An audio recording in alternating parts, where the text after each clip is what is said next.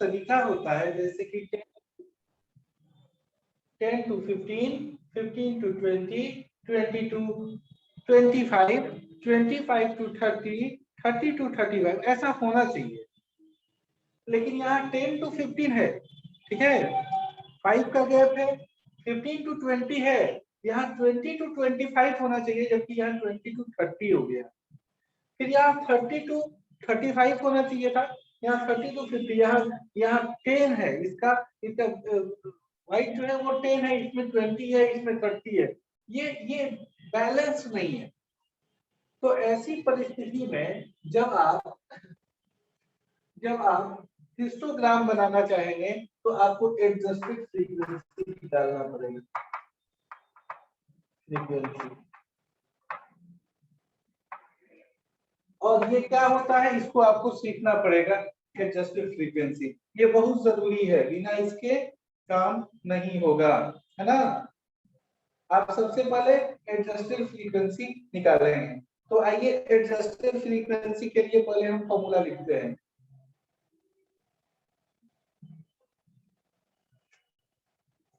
यहां लिखते हैं adjusted frequency equal to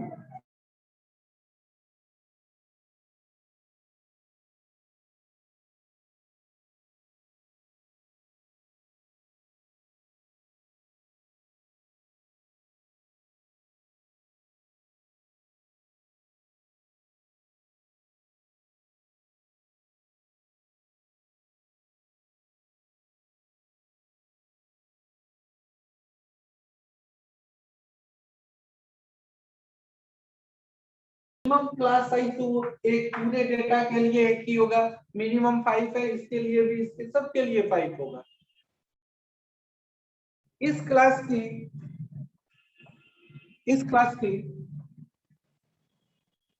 class size 5 है और इसकी फ्रीक्वेंसी 6 है, अब मल्टीप्लाई कीजिए, ये 6 ही रहेगा। यहाँ पे कोई प्रॉब्लम नहीं हुआ। इसमें देखेंगे क्या होगा, मिनिमम क्लास साइज 5, इस क्लास का क्लास साइज जिसमें हम काम कर रहे हैं 20 - 15 इक्वल टू 5 और इसकी फ्रीक्वेंसी 10 इक्वल टू 10। अब यहां से देखिएगा, मिनिमम क्लास साइज 5, इसकी 10 into 10 equal to 5, minimum 5, class size 20 into 8, 2, 5, 30, 18, 3। अब सबसे पहले आप ये बताइए, रिप्लाई कीजिए कि इतना समझ में आया या नहीं कि हम एडजस्टेड फ्रीक्वेंसी कैसे निकाल रहे हैं। समझ में आया?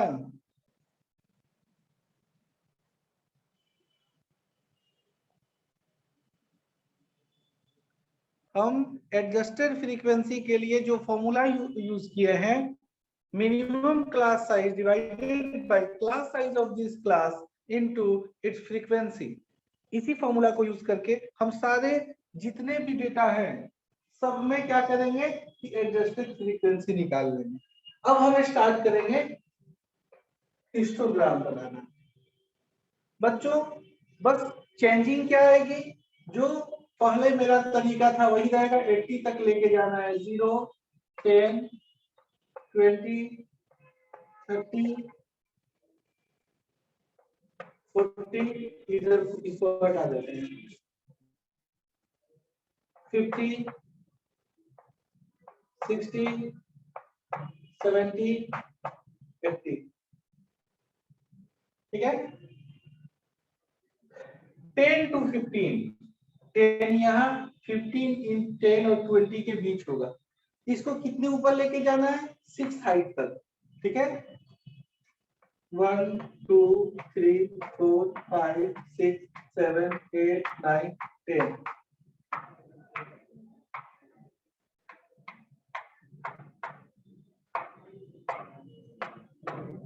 ठीक है, कहां तक लेके जाना है, 6 तक।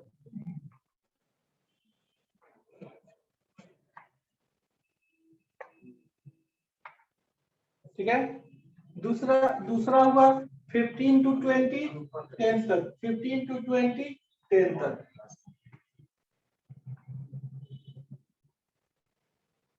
ठीक है, 20 to 30 10 तक नहीं, 5 तक। 20 to 30 कहां तक, 5 तक।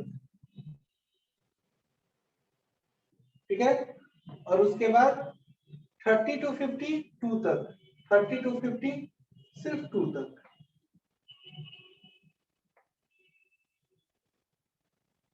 ठीक है, और 50 to 80 कहां तक, 3 तक, 50 to 80।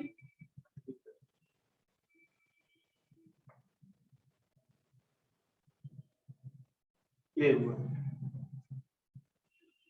बोलिए समझ में आया कि नहीं।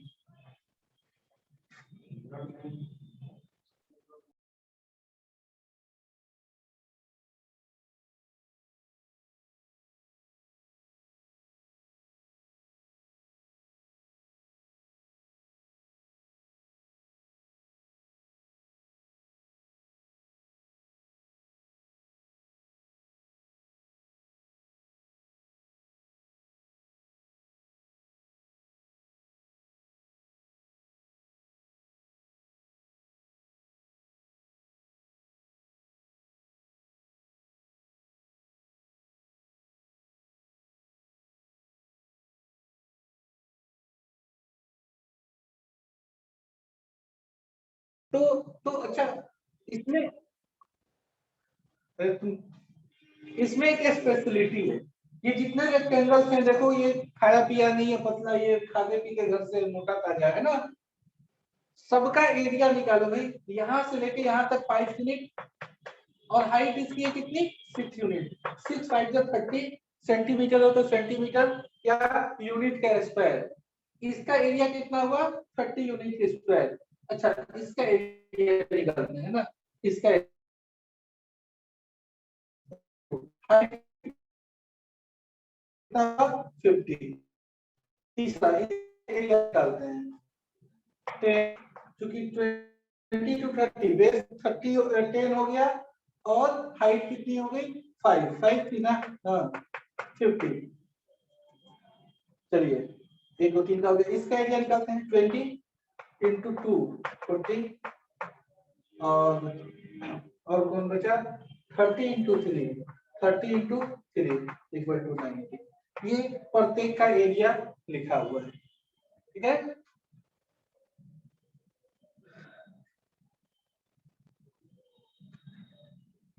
ठीक है। अब इसमें प्रत्येक के एरिया से ये जो फ्रीक्वेंसीज दी हुई है, फ्रीक्वेंसीज दी हुई है ना, इस फ्रीक्वेंसी से डिवाइड कीजिए। जितना भी एरिया निकाले हैं आप इस रेक्टेंगल्स का, उस प्रत्येक के एरिया में इस फ्रीक्वेंसी से डिवाइड कीजिए। 6 से डिवाइड कीजिएगा 30 में, डिवाइडेड बाई 6 इक्वल टू 5। 10 से डिवाइड कीजिए, डिवाइडेड बाई 10 इक्वल टू 5। फिर 10 से डिवाइड कीजिए, डिवाइडेड बाई 10 इक्वल टू 5। फिर 8 से डिवाइडेड बाई 8 इक्वल टू 5। फिर 18 से डिवाइडेड बाई 18 इक्वल टू 5। क्या आया भाई, कांस्टेंट आया। क्या आया, कांस्टेंट आया। इसी कांस्टेंट को, इसी स्पेशलिटी को मेंटेन करने के लिए हम लोगों को इतनी मेहनत करनी पड़ती है। क्या हुआ मिस्टर अभिषेक वर्मा, फिर कुछ पूछना है? सर एग्जाम में आने वाला है क्या? अब ये तो हमको नहीं पता कि एग्जाम में आएगा कि नहीं आएगा, बुक में है तो पढ़ लेते हैं हम लोग। चैप्टर पता नहीं, सिलेबस देख लीजिएगा, चैप्टर पूरा सिलेबस देख लीजिएगा। जब मेरा कहने का पढ़ ले, है ना। ठीक है बच्चों, तो इस तरह से हम लोग हिस्टोग्राम सीख गए। और जब इसमें कोई सब में सेम क्लास साइज होगा तो कोई प्रॉब्लम ही नहीं है। अगर डिफरेंट क्लास साइज हो तो एडजस्टेड फ्रीक्वेंसी आपको निकालनी पड़ेगी। ओके, अच्छा, अब एक और बात, अब सबका मिड पॉइंट लेते हैं, इसका मिड पॉइंट, इसका मिड पॉइंट, इसका मिड पॉइंट, इसका और एक एक्स्ट्रा 80 to 90, एक 90, एक एक्स्ट्रा है ना। अब सबको मिला दे,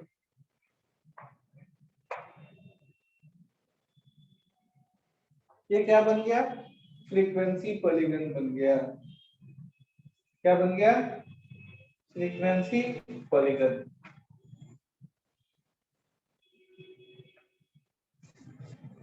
ठीक है, अब एक और टॉपिक रह गया जो हम लोग अगले दिन कर लेंगे। अगर डेटा दिया हो और आपको हिस्टोग्राम नहीं बनाना हो, बिना हिस्टोग्राम बनाए फ्रीक्वेंसी पॉलीगन बनाना हो, ये आप क्या कर रहे हो? हिस्टोग्राम बनाने के बाद फ्रीक्वेंसी पॉलीगन बना रहे हो, बिना हिस्टोग्राम बनाए क्या करेंगे? ठीक है, तो ये हम लोग अगले दिन के लिए छोड़ देते हैं। किसी को डाउट पूछना है तो हैंड रेज करे। और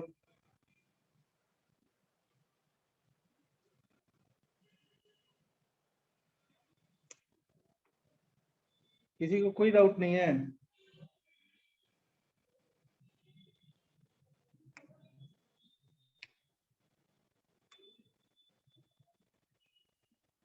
केतन, केतन कुमार गुप्ता, अनम्यूट कीजिए।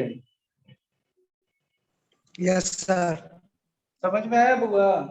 यस सर, सर कह रहे हैं अगर एग्जाम में आएगा तो इसमें पूरा बनाना पड़ेगा। हाँ, पूरा बनाना पड़ेगा बिल्कुल।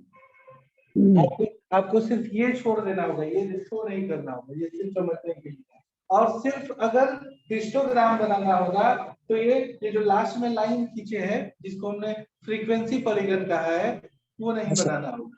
ठीक है, लेकिन अगर कह देगा कि एक ही डेटा देगा कि हिस्टोग्राम बनाइए और साथ साथ उसमें फ्रीक्वेंसी पॉलीगन भी होना चाहिए, तो बस लास्ट में क्या करना है, सारे के मिड पॉइंट को स्केल रख के मिला देना है, बस इतना ही काम करना है। Done? Okay sir. Very good. अब क्या करोगे आप लोग की प्रैक्टिस करोगे, ग्राफ की कॉपी लोगे, ग्राफ पेज लोगे और फिर उस पे जितना क्वेश्चन आपके बुक में दिया हुआ है, किसी भी बुक में आदेश अग्रवाल हो, एनसीईआरटी हो, आपको उसके बुक के अकॉर्डिंग प्रैक्टिस करना है। फिर जो डाउट होगा आप हमको व्हाट्सएप पे भेज दोगे। ठीक है,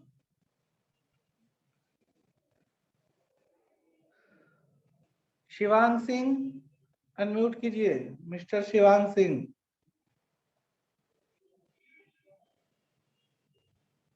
ये गायब है।